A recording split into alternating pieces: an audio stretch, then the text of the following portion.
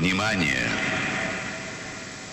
Говорит и показывает Москва. Целият нефт съм откраднал.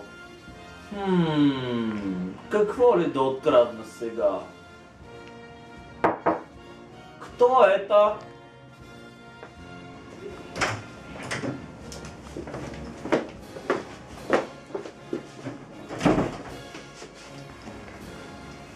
Ленин! Върни нефта на народа!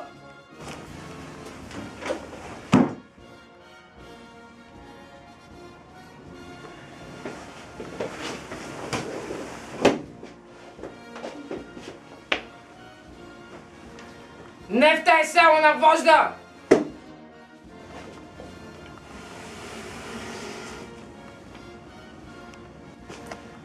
Тогава ще си го вземем сами! Но първо ще трябва да минете през моята армия.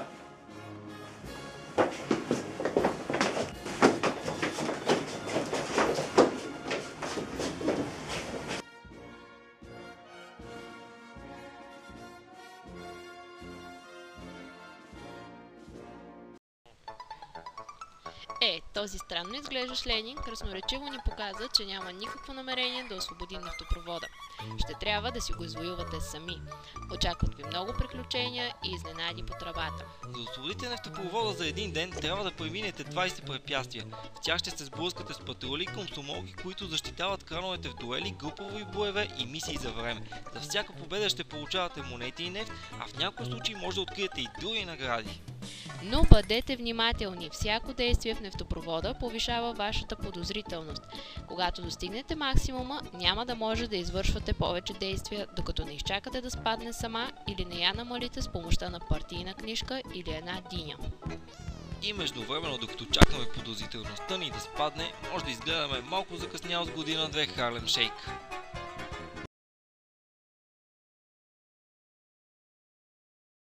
Con los terroristas.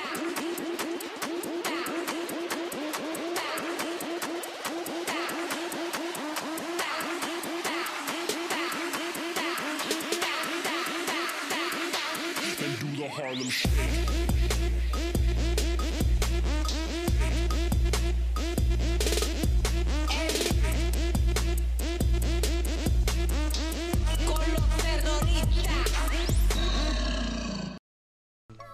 След като преминете стражите на вожда, ще трябва да се изправите и срещу самия негов групов бой. То е истинско изпитание на способностите и силите ви, но пък наградата си заслужава усилията. А сега измислете своя собствена тактика и напред към новата локация. Успех!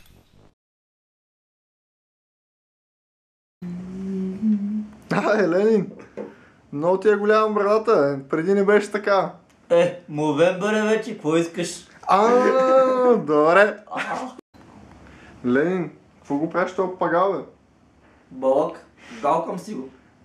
То умрява. Ленин, много прилича на Фидел Кастро. Що така? Той ми е брат-близнак. Esta video muy importante para economía de Sofia Wars. Porque el pollo en la izquierda y a la derecha está la odera muy bueno, ¿sí? Te toca. Ей, призрак! Ай, ходим да бием Ленин! Не. Аз бия само по-ниски нива.